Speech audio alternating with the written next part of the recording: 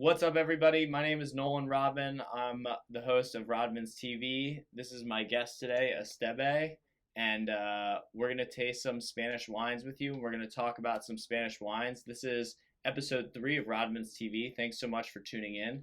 Be sure to give this video a like and subscribe to our channel. We're going to be doing a bunch of fun tastings over the next few weeks and months, and we hope you really enjoy them. And this is good information for anybody who's looking for some new wines, some spring wines, maybe some varietals that you're not familiar with. So full name Estebe. Yeah, so I'm supposed to pronounce his name in Basque also. So this is Estebe Salgado Agradable Bluga. Aguirre. But thank you. That's a good try. So as we talk about the Basque as a language and the Basque region in general, where two of these wines come from, the Basque region has its own language, and these wines, the grape varietals in them, which people probably aren't even familiar with in Spanish or Yes. English, they also have Basque names, which are very interesting, which you can tell us Yes. about those. So we'll start. Yes, thank you for the introduction. I'm from Estebe from Tradewinds. We are a local importer and distributor focusing on small farmed, sustainably farmed wines. We've been working together for over a decade here at Rodman, so happy to be here. And like Nolan said, we have two wines from one producer, which is Caneta Chacolina, very, very unique wine from the Basque region, so northern part of Spain. And it's called Chacolina in Basque, okay? And they're, like Nolan was saying, very, very vibrant, nice spring wines. So let's open them.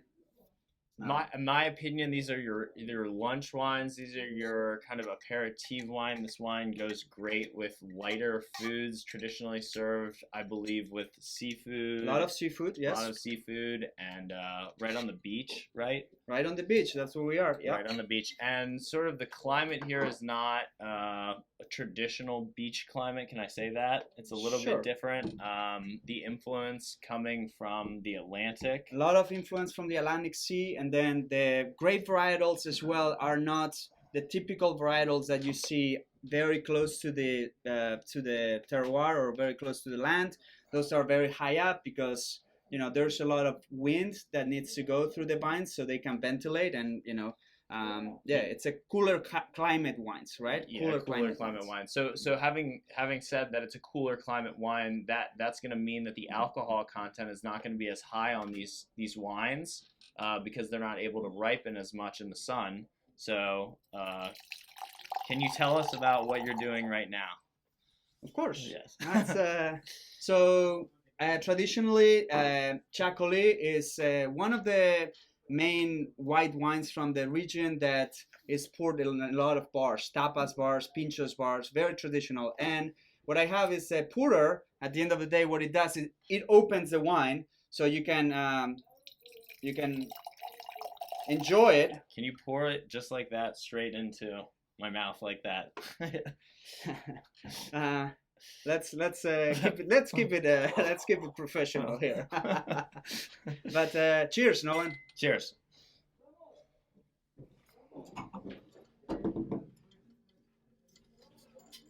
So this to me is like one of my favorite spring and summer wines that we sell in the store, and this wine is just got a beautiful kind of lighter body, easy going. It's a very fun wine. It's got nice acidity. It's got like sort of these like lemon and lime zest to it, and lemongrass, a lot of minerality as well. Yeah, I love this wine. I think it's very easy going and it's a very fun wine. And I think when you're outside on a rooftop or somewhere, maybe having a picnic, it's like the perfect wine. Also, it's one of my favorite wines for, like you mentioned, food, right? Yeah. So what sort of foods would you pair with this with? Anything shellfish, and all three wines that we're going to taste today, I think, are going to be very much oriented, because Spain at the end of the day makes wines to pair with the foods that they're located at, right? So we're on the coastal area. These are going to be great seafood, like oysters, fantastic for oysters. We should have got some oysters for this tasting next time when our I'm budget's coming bigger. back. When I'm our coming budget's back. bigger. I'm coming back. So I'll open also the Caneta Rosse, which is, this one is it's same winemaker, Juliano Stolaza, that I would like to talk a little bit about him. So Julian's been making wines for, almost 40 years now, maybe more. He's 74, I believe, and always in that region, Getaria. So he's one of the few, I would say, producers, state bottle producers that also have a very unique white or red varietal, which is Ondarabi Belza. Okay? Ondarabi Belza. Ondarabi Belza. So that's a clone of Cab Franc. Okay. Just for the ones that, for the wine enthusiasts out there. And but Ondarabi Belza, very, very unique varietal from that, from that region. And there aren't too many vines. So let me ask you this. And I'll, truth be told, I did travel with Estebe to this region and to this vineyard specifically, and I did meet the wine maker, Julian, and he's an exceptional person, unbelievable. He runs the whole thing by himself with his wife. With his wife, it's here, yeah. It's unbelievable. The whole thing is unbelievable. If you haven't been to the Basque region, you should definitely check it out. So, rosé in the Basque region, not typically too common, yeah. Too common at all. Yeah. And I remember him saying the American market wanted more rosé, so he started making a lot more rosé, and now everybody's making a lot more rosé up there. Correct. And this is one of those wines that we started maybe 10 years ago. So we were one of the few and first ones getting chocolate rosés to the U.S. market, and you guys had it for a long time. So chocolate rosé pioneers. Here. You're looking at it right here. Okay, we put it on the map. So this wine will be a little bit different. Estebe can tell us a little bit, sort of the different nuances between the rosé and the original chocolate. Yeah. So Cab Franc, I think it has a very, very unique and distinctive herbal touch to it on the nose. So it has a little bit of fruitiness as well.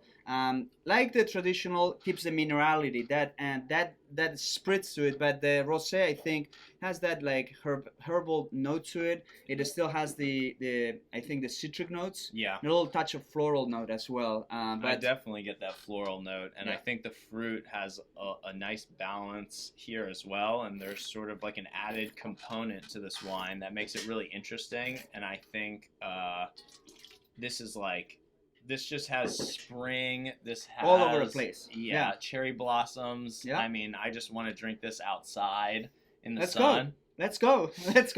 What am I doing here? We're working on our outdoor studio right now. It's being built, so in due time. I love these wines. I think they're fantastic. These wines are priced around $15 currently in our store. Be sure to check them out in the Spanish section up there. And we still have one more wine to taste. Yeah. They're and I have to say they're usually on the $20 range, so you have them on sale. Just so you know. We strive for the best value, in town. And then we're gonna taste something that is also, less known but very well known in Spain, which is Albarino.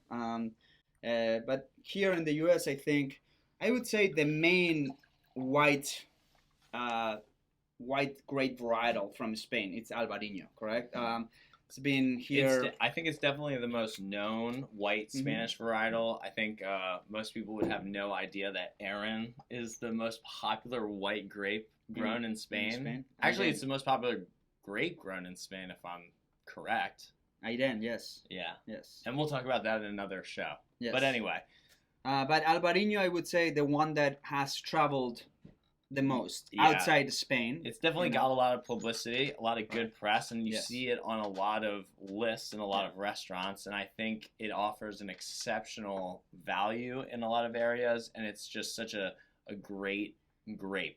I think if you're a Sauv Blanc drinker and if you want some variety on your palate and on your, this could be a a good way of transition. If you're stuck in New Zealand, Sauv Blanc world, and you want to find your way out, come taste Albarino. Yeah, come to Galicia and try Albarino. Yes. It has beautiful minerality, citrus components to it as well. These are in the northwestern province of Spain. It's Galicia. Again a cooler area for growing. It's not going to make these wines too robust. They're supposed to be drank fresh. And also another wine that goes great with seafood. Very good, yeah. I mean, Galicia is very well known for their seafood, fish at the end of the day. So Albarinos, and this one specifically, Nolan, it's Laval is because Galicia as a region in Spain was one of the provinces that inherited the Napoleonic heritage system. So sort of Burgundy in a way that you find a lot of small producers with a lot of different, very, not a lot of vines. Yeah. Laval is one of the few ones that has state bottle Albarinos, and that's what we, are very proud of because you can find a lot of them out there, controlling the vines. It's very important. So this one is a fantastic winery to start with Albarinos. I mean, it's great. So let's go ahead and give this wine a taste. And I mean, off the nose, this wine is already just jumping out of the glass to me. It's so beautifully aromatic. And wow, I'm just so excited. I'm so excited for these wines. I love these wines from northern Spain. I think they're just such great social table, everyday, spring, summer, warm fall wines. All the time. All the time. Not spring all the But yes, and Albarino, like I was saying, it's one of those grapes that I think a lot of people are starting to understand what it is. This one is all the way on the southern part, so it's El Rosal, that area, which gets the warmest out of the whole Galicia area. So it's also a bigger, fuller body white, correct? As you see. Yeah, I mean, when you're tasting this against the chocolate, you definitely notice that this has a little bit more. Yeah, this has a little bit more gung-ho than the other wine per se. But I mean, it's still like a nice crisp wine. Correct. I'm not kicked in the face by it by any means. No, it has I think the tropical fruits that I believe you mentioned, like some of the, but also the citric notes are there, and then I think the acidity, right? On all the wines that we tasted today, I think acidity, so it tends you to.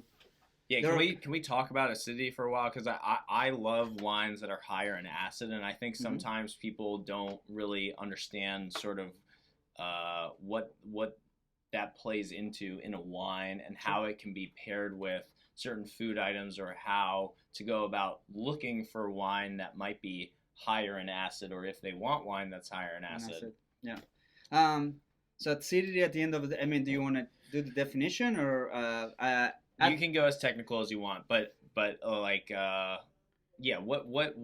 makes this like sort of interesting in terms of why the acidity is driving the flavor profile of it, if you will. Acidity at the end of the day, and I always say high acid wines are usually very easy, very drinkable, and they make you salivate faster. So very good to have a second glass or a third one, correct? I no doubt about that. And in terms of the ability to pair it with food, so you're saying that it's getting your glands kind of salivating. So like with like, I'm thinking like mussels, and I'm thinking with like oysters, like you said, and with octopus. Yeah, I mean pulpo la gallega. It's pulpo la gallega. It's great. Or even sushi, any raw bar, fish. All those components could be good. For Albarino, I would say also a fattier fish. Yeah, like it could be sea bass. Type of thing. Yeah, pairs very well. And then I mean Chacoli is very crushable. Wines. Okay? I agree with you. I've been guilty of crushing a bottle myself. Yeah, for sure. So they're also lower alcohol content, usually 11.5, 12. Yeah. Albarino maybe a little bit higher, but all of them on that 12% range. Yeah. And that's going back due to the climate, Atlantic Ocean and The not as influence of warm. how it's made, Yes. etc. Yes. And I think that's what we have for today. I think I'm going outside to enjoy these wines. Are Nolan, you? are you coming or you're? I'll come with you. Yeah. All right. Yeah. All right. What time is it? 1:20. There we go. It's lunchtime. It's lunchtime. It's perfect. It's Yeah. perfect. Well, thank you so much for tuning in. I hope you guys learned a lot today about northern Spanish wines. Check out Estebe and his wines, Caneta and Laval Albarino in Rodman's wine section. Thanks so much for tuning in. Again, be sure to give this video a like and subscribe to our channel. Salud. Salute.